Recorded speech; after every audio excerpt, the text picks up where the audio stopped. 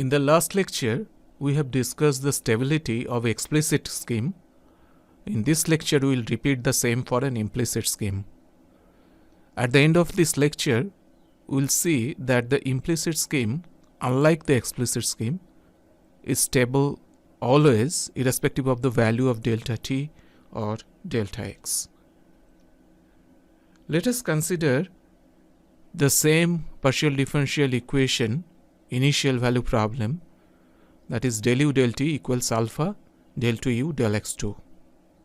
We know that in implicit method, the finite difference expression for the above partial differential equation is given by r u I minus 1 n plus 1 minus 1 plus 2r u I n plus 1 plus r u I plus 1 n plus 1 equals minus u I n.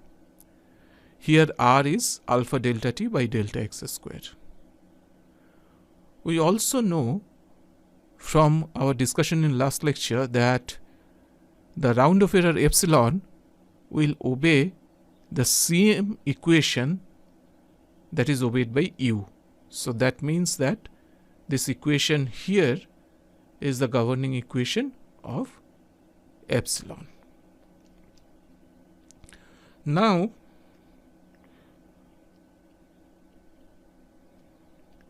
we continue with the same argument and we put epsilon I n as a sum of many waves given by this m, and one wave is am exponential bm tm exponential j km xi, where this j, as we know, is root over minus 1. So exponential I n plus 1 is am exponential bm t n plus 1. Only this term will change. The remaining part will be same. Then epsilon I plus minus 1 n plus 1 is here x will go only 1 delta x right side or left side. The remaining terms will same. If I break this third term down, I'll get this j km xi multiplied by exponential plus minus j km delta x, because this difference between xi plus 1 and xi is simply delta x. So the first part of this expression you can check that this is simply the epsilon I delta 1. So I write this as epsilon I delta 1 multiplied by exponential plus minus j km delta x. Now I come back to the governing equation of epsilon, and here in place of epsilon I minus 1 n plus 1, epsilon I plus 1 n plus 1, I write this expression. What I get as a result is epsilon I n plus 1, it comes out of the bracket, and inside I have r exponential minus j km delta x minus 1 minus 2r plus r exponential j km delta x. The right side, of course, nothing happens. This is minus exponential I n. So now, whatever the term there within this third bracket, we'll do some trigonometric manipulation of that. And by doing so, and assuming that km delta x is beta, this exponential minus j km delta x plus exponential j km delta x is twice cos beta. So overall it will give us twice r cos beta and minus 1 minus 2r. Now you remember that the growth factor is epsilon I n plus 1 divided by epsilon I n. This particular term we want to keep this confined below 1 such that this round of error will not grow in time.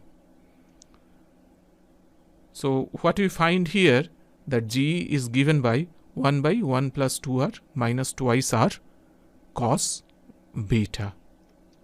Here the cos beta can go from minus 1 to plus 1. If the cos beta goes minus 1, then we can see that g is given by 1 plus 1 by r, and certainly this is less than 1 since r is positive all the time. Similarly, when cos beta is 1, then from this expression here, I get g equals 1. That means g in general could be 1 or less than 1. It will never be greater than 1, which means the absolute value of g is always less than 1, which means the implicit scheme is unconditionally stable. So if I plot this g against beta, beta once again goes from 0 to 2 pi. After that, this plot will simply repeat itself. And I see that at r equal to 0, of course, this will be 1. And then as I increase r, it comes down, down, down.